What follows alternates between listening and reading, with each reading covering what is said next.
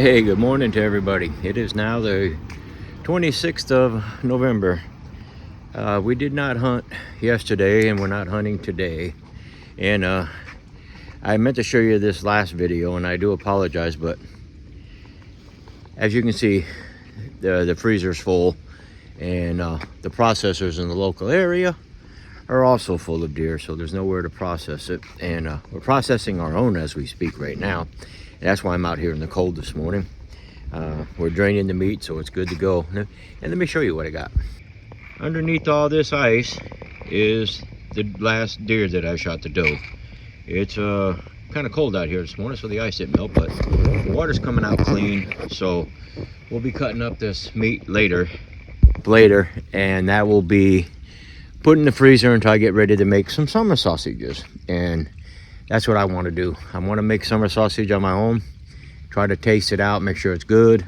I've had a couple blunders with it. I'm not going to lie, it's not the easiest thing for me to do, but until I get a handle on it, it will have to do. So in the meantime, we will probably start hunting again tomorrow morning.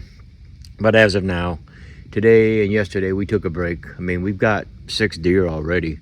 And like I said, 90% of the meat that I paid for to process and all that will go to the family and friends that I've already sent some to. So we're getting there, and I like to share. And you know, that last deer, like I said, it kind of threw me for a loop. That's why I decided I think it's time to start making my own and processing our own. It took time Sunday to cut the meat up and everything, but we got it and we're good to go. So let me get started on this tomorrow morning for hunting. So we'll talk to you then. Good morning to you all, and let me wish you all a happy Thanksgiving tomorrow. It is now the 27th of November. It's 39 degrees outside. I'm sitting in my stand one, and what I'm waiting for today is just that big buck. I'm not going to shoot the doe. No, I'm not shooting the doe.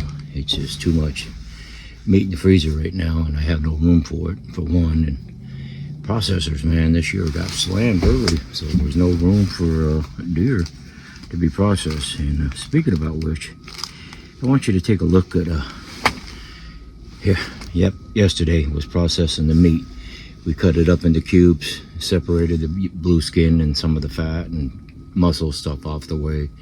And yeah, I got a lot of meat to practice with to get some summer sausage down packed to make sure I know how to do it so I can save money.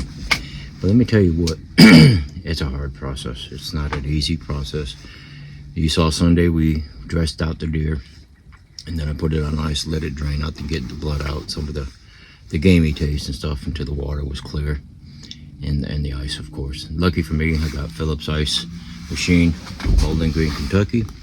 Kudos to him. That ice machine is a valuable thing because we can pack the ice in the deer, or I can pack it in my coolers. It don't matter. They put out a good product, and they got excellent service too. So if you got a chance, go to Bowling Green.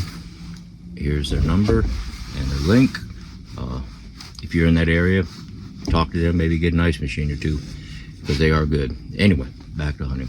So after we got it all done, we vacuum sealed it in our Armor All vacuum sealer, and put it in the freezer where I could find room. And then of course I kept some was going down south to my daughter's house again for soups or whatever they want to do. So all in all, everybody's going to win this year. We're at 6 deer. I got my I got a buck and a doe, and my wife's got a buck and 3 does. So let me tell you something. It's kind of odd. I've gotten two deer here on this stand right here where I'm sitting. 2. My wife got 1 with a rifle, her very first rifle shot over that direction, and just before sun was totally down. And then this is the very stand that I missed that big buck on the very first year, 3 years ago. So that's what I'm looking for now. Actually 3.5, 4 years ago. Yeah, been a while. It's the first time ever with a compound bow too, and it was disappointing. So stand number 2, I've got 1 deer at 41 yards, a doe, and stand 1 is where the majority of the deer, my wife's stand, is where we've gotten them all. This year is where I got the doe and the buck. Buck was with a crossbow, and the doe was with my rifle. Same with the wife.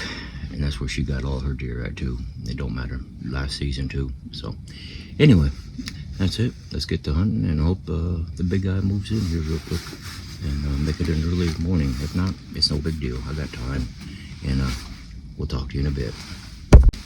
Wow, talk about a dead morning. Even the squirrels ain't moving out this morning. So been out here a couple hours or so. So getting hungry. Time to go get breakfast. And like I said, we're not in a big hurry to hunt anymore until probably just before, after Christmas is when we'll do it, or just before Christmas.